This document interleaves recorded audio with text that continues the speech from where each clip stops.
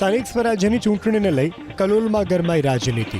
પૂર્વ ધારાસભ્ય બળદેવજી ઠાકોરની આગેવાનીમાં વિશાળ રેલી અને ધરના પ્રદર્શનનું આયોજન કરવામાં આવ્યું, જેમાં મોટી સંખ્યામાં કોંગ્રેસના હોદ્દેદારો, કાર્યકર્તાઓ જોડાયા. કોંગ્રેસના કાર્યકર્તાઓએ પોલીસ વિભાગની કામગીરી સામે સવાલો ઉઠાવ્યા.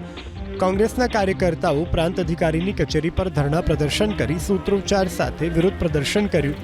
બળદેવજી ઠાકોરે પોલીસ વિભાગ પર પક્ષપાતી વલણ અપનાવવાનો આરોપ લગાવ્યો. બળદેવજી ઠાકોરે આરોપ લગાવ્યો કે સાતેજ પોલીસ મથકના પીઆઈ કોંગ્રેસના ઉમેદવારોને ફોન પર અને રૂબરૂ બોલાવી ઉમેદવારી ફોર્મ પરત ખેંચવા માટે ધમકાવી રહ્યા છે. એટલું જ નહીં, સવાલ પણ ઉઠાવ્યો કે પીઆઈની બદલી થઈ ગયા છતાં હજુ સુધી કલોલથી છૂટા કેમ નથી કરાયા. પ્રાંત અધિકારીને આવેદનપત્ર પાઠવીને કોંગ્રેસે ચીમકી ઉચ્ચારી કે જો આગામી સમયમાં યોગ્ય પગલાં લેવામાં નહીં આવે તો ઉગ્ર આંદોલન કરાશે.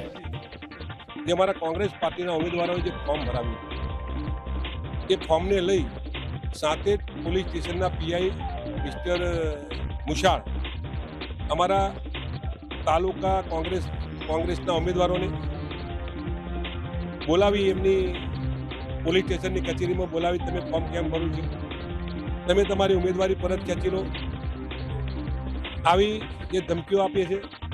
ઉમેદવારોને ઘેર પોલીસની ગાડીઓ મોકલી અને એમને પોલીસ સ્ટેશન તમને સાહેબ બોલાવે છે.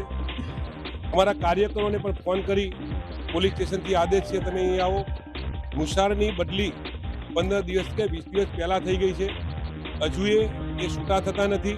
છૂટા ના થાય એ કરે અમારો વિષય નથી, પરંતુ કોંગ્રેસના ઉમેદવારોને બોલાવી અને ભારતીય જનતા પાર્ટીના ઉમેદવારો બેનરીફ થાય એવી જે કાર્યવાહી કરે છે ત્યારે એમની સાથે અમને સખત વાંધો છે.